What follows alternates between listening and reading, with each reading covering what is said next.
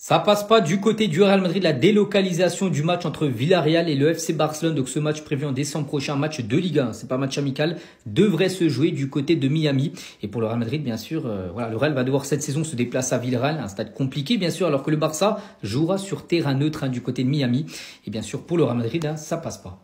On va parler cette fois-ci d'Hendrick. On sait que sur les 5 derniers matchs, 0 minutes de temps de jeu. On sait que sa situation est un peu, même très compliquée au club. Et ben en tout cas, Hendrick reste calme, s'améliorera en entraînement pour être prêt lorsque sa chance se présentera. Il est confiant et se bat pour faire ses preuves auprès, bien sûr, de Xabi Alonso. Donc actuellement, il est bien sûr du côté du Real. Il n'est pas en sélection brésilienne vu qu'il n'a pas été appelé. Donc on verra s'il aura du temps de jeu lors des prochaines rencontres.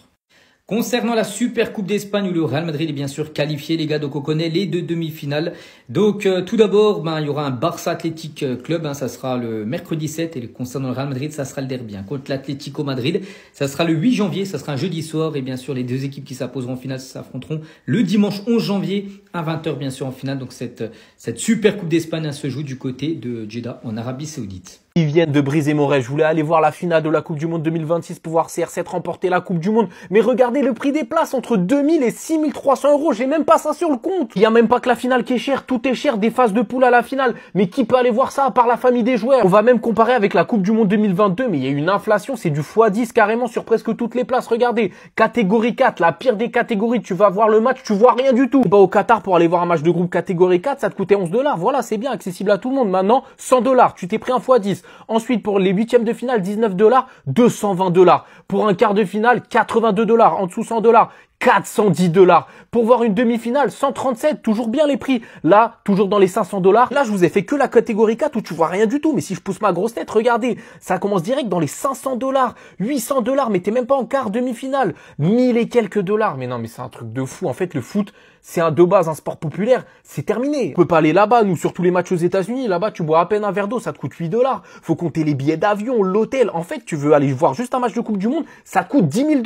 On regarde ensemble le nouveau maillot du Portugal qui a fuité. C'est avec ce maillot que CR7 va sauver la Coupe du Monde 2026. Franchement, il est magnifique. Regardez les petits détails, les petites vagues, tout dans la simplicité. Moi, j'adore. Il y en a beaucoup qui n'aiment pas le fait qu'on soit passé chez Puma, mais je crois que vous avez oublié les derniers maillots que Nike nous ont proposés, mais c'était une purge. Il y en a, ils aiment trop Nike, mais je crois qu'ils ont perdu la mémoire. Ça, c'était notre dernier maillot en Coupe du Monde 2022, mais qu'est-ce qu'ils nous ont fait Nike? C'est pour ça que CR7, il est parti en pleurant. Même le maillot extérieur, il était raté. C'est quoi ça? J'ai même pas les mots. Ils nous ont foutu un code barre en plein milieu du maillot. C'est quoi ça? Alors que là, Puma, il nous régale. Regardez même le maillot extérieur, comment il est beau. Full black comme ça, avec l'emblème en doré, mais il est magnifique. Vraiment, Puma, si c'est vraiment ces deux maillots qui sortent, vous nous avez respectés. Ils sont magnifiques. Et là, je me projette déjà. Je vois déjà une finale Portugal-Argentine, Messi vs CR7, un match ultra compliqué, sauf que CR7 avec ce maillot à la 21e minute de Diogo Jota, il te claque une retournée comme il a fait contre la Juventus. Là, tout le monde choqué, victoire 1-0, le seul but du match, même les Argentins, ils vont applaudir. Et bien sûr, ce sera son 1000e but. En vrai, j'abuse un peu, même si c'est un penalty en finale contre la Pologne, mais je prends tout de suite. Lamine Yamal sera de retour de blessure après le Classico. Le Real Madrid qui s'intéresse à Schlotterbeck. Marc Guéhi. On se résume toute l'actualité du club dans un Actu Madrid. Le Real Madrid est donc dans la course pour recruter Marc Guéhi, 25 ans, défenseur central de Crystal Palace. Il sera agent libre en 2026. Liverpool, le Bayern et Barcelone sont également sérieusement intéressés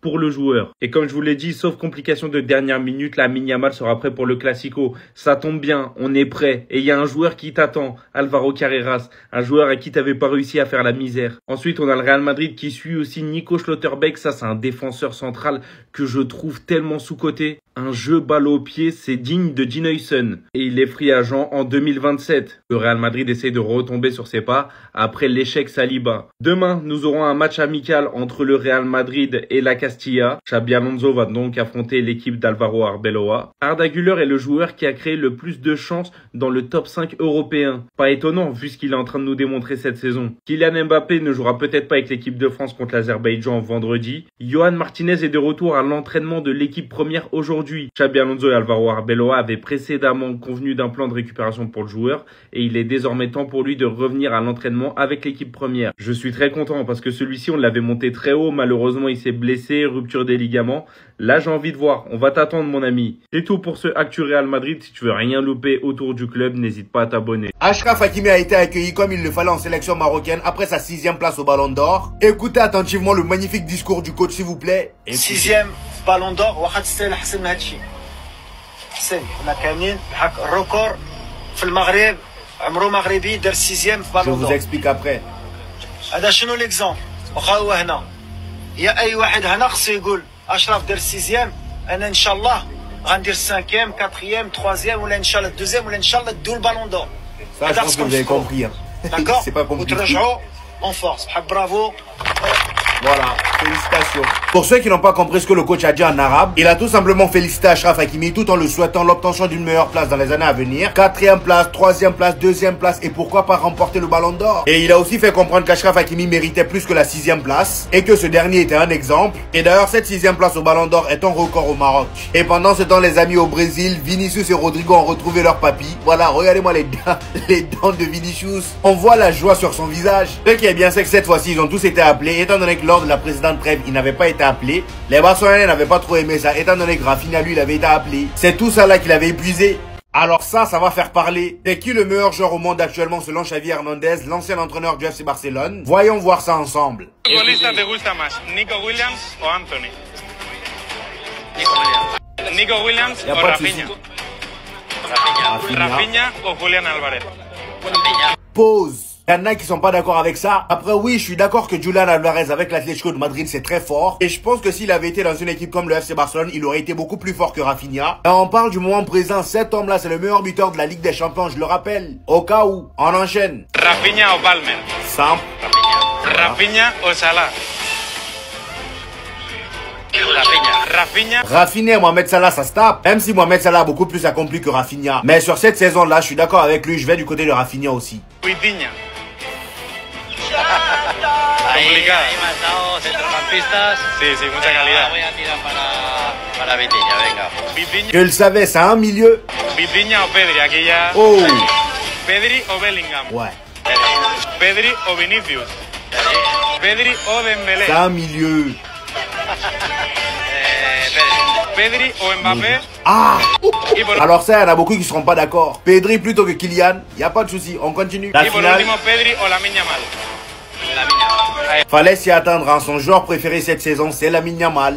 Alors là, les amis, ça va être tendu. Les dates des demi-finales de Super Coupe d'Espagne viennent de sortir, les amis. Et autant vous dire que le Real Madrid, on n'est pas dans la merde. Avant ça, les amis, on vient d'apprendre qu'Ousmane Dembélé va présenter son ballon d'or à Évreux. Pour ceux qui savent pas, c'est la ville où tout a commencé pour lui. Donc ce dimanche, il va y faire son retour pour célébrer son ballon d'or. Et pour vous dire, la mairie d'Évreux a même prévu de lui offrir une médaille. C'est beaucoup trop beau. Et pendant ce temps, du côté du FC Barcelone, ils continuent à galérer avec leur Camp Nou. On vient d'apprendre par le Mediasport que le match Barça-Gérone se jouera finalement au stade Montjuïc et non au Camp Nou. Et au vu de la situation critique que traverse le club actuellement, Hansi Flick est même parti jusqu'à annuler un match amical. Et écoutez bien, le match amical devait se jouer en Libye durant ces 2 semaines de trêve internationale. Il a annulé. C'est quelle idée d'aller faire match amical en Libye? Franchement, les gens sont dans Kalachnikov. Franchement, vous aussi, soyez sérieux un peu. Donc là, à cause de cette annulation, le Barça se retrouve obligé de rembourser les 5 millions d'euros donnés par le club libyen. Et on nous dit qu'Hansi Flick se rend compte désormais qu'il a besoin de toute son équipe à 100%. Il ne veut plus de distractions. Et concernant les demi-finales de Super Coupe d'Espagne, les amis, nous avons ici les dates. Barcelone-Atlético Bilbao, ça sera le 7 janvier à 20h, en espérant que Bilbao passe. Et le 8 janvier, les amis, on aura Atlético Madrid-Real Madrid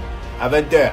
Voilà. C'est vrai que là où je suis pas très serein, mais on va dire d'ici janvier, on sera en forme. Parce que de toute façon, non, nous avons lâché la dernière fois, là, ça me rassure pas trop. Et la finale, ça sera le 11 janvier, les amis, voilà, à 20h également. Merci Rodrigo d'avoir dit les termes. Ce qui s'est passé l'an dernier lors des Classicos va pas se reproduire cette année. Comme vous l'avez compris, les amis, notre cher Rodrigo a pris la parole pour vider son sac. Et c'est là, vous allez comprendre que tout ce qu'on a raconté sur lui ces derniers temps, c'est du n'importe quoi. Déjà, dès le début de l'interview, il a commencé par démentir toutes les rumeurs de départ. Il dit, je l'ai toujours dit, tant que le Real Madrid me voudra, je resterai au Real Madrid. Le jour où ils me diront, Rodrigo va chercher un autre club, là je dirai ok, mais ils ne me l'ont pas dit. C'est pas fini. En ce qui concerne sa baisse de forme, les amis, il a expliqué que la saison dernière, il traversait des moments difficiles. Sur le plan personnel, je précise, et qu'il a même passé beaucoup de temps sans parler à personne. Personne ne savait ce qu'il traversait et il n'était pas bien physiquement ni mentalement. Il explique que Carlo Ancelotti l'avait beaucoup aidé étant donné qu'il venait à l'entraînement triste. Et il explique qu'il n'était pas en état de jouer, mais étant donné que les matchs c'est chaque 3 jours, il n'avait pas le temps de récupérer. Vous voyez quand on vous dit que les joueurs c'est des êtres humains, là on a la preuve. Ils ont aussi une vie personnelle. Nous on le voyait juste pas bon sur le terrain alors que le gars profondément il n'est pas bien. Juste après ça, il a parlé des Classicos de l'an dernier et voici ce qu'il a dit. On doit battre le FC Barcelone lors du prochain Classico. La saison dernière, tout était horrible face au FC Barcelone.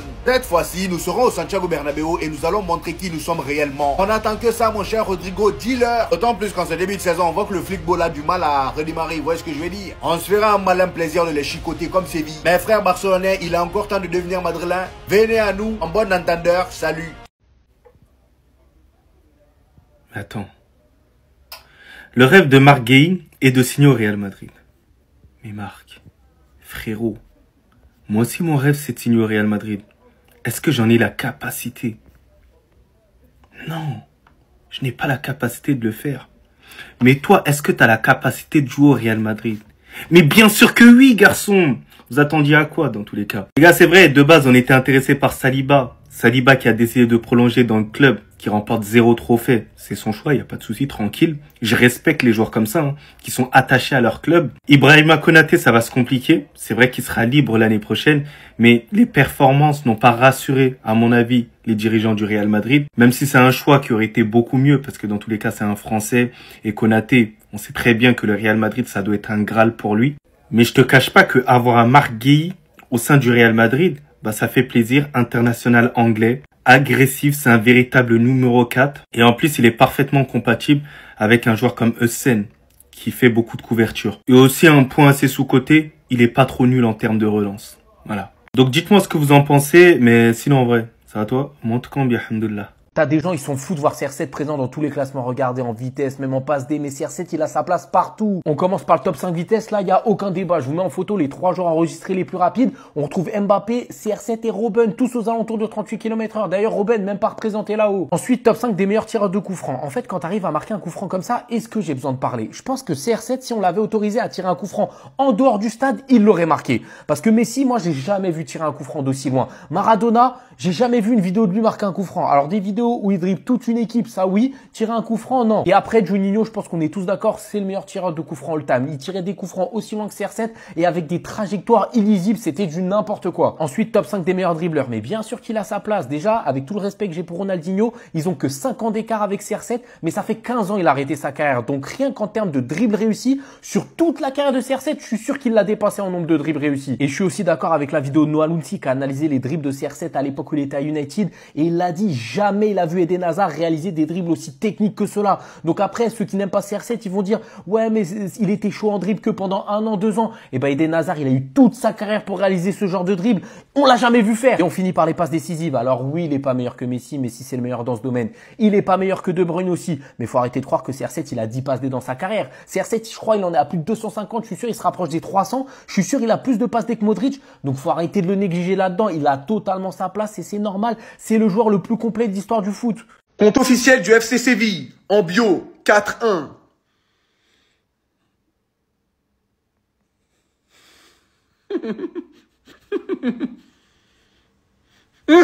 Fut un temps, Barcelone faisait régner la terreur dans le monde du football. Barcelone était synonyme d'impérialisme, de totalitarisme, de surpuissance, de dictature, de monarchie absolue. Voilà ce que vous êtes devenus.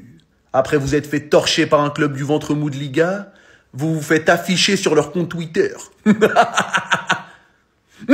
À l'époque de Messi, Xavi et Iniesta, lorsque Barcelone brillait sur le terrain comme les étoiles brillent la nuit dans le ciel, tout ça n'aurait pas été possible. Aujourd'hui, à l'époque de Lamine Yamal qui fait du trafic de nains, qui préfère les fesses au football, vous êtes devenu un club de seconde zone qui se fait terminer par le FC Séville. Pour mon plus grand plaisir. Ah, mais attention. Ah, moi, j'adore ça. Ah, je prends un plaisir monstre. Quel club de losers. Les 3 joueurs les plus surcotés de l'histoire. Vous connaissez mes avis footballistiques. Ils sont objectifs et aiguisés. Numéro 3, Victor Valdés. Gardien petite taille, petite allonge, faible sur sa ligne, ne dégage aucune sérénité dans les airs. S'il avait joué à Sochaux Montelibar, personne n'aurait jamais entendu parler de lui. Le Barça de l'époque était tellement fort et concédait si peu d'occasions qu'on a réussi à faire passer ce gars pour un bon gardien. Mais il était nul. Nul à chier, non mais il faut le dire. Numéro 2, Piqué. À partir du moment où tu es plus connu pour avoir marié Shakira que pour tes qualités footballistiques, ça en dit très très long. C'est très révélateur. Nul dans le 1 contre 1. Nul dans les duels de manière générale. Aucune lecture défensive, aucun leadership. Une relance plus ou moins correcte, l'exemple parfait du joueur tombé au bon endroit, au bon moment. Messi a donné une carrière à cet homme. Ah, mais j'ai pas peur de le dire. Et pour finir, le numéro 1, qui d'autre que Rodri, le GOAT des surcotés. Alors lui, c'est un petit peu particulier, parce que c'est un bon joueur, que dis-je, un excellent joueur. Mais Ballon d'Or, à l'issue d'une saison où il ne le méritait absolument pas. Ce Ballon d'Or a scellé son statut de joueur le plus surcoté de tous les temps.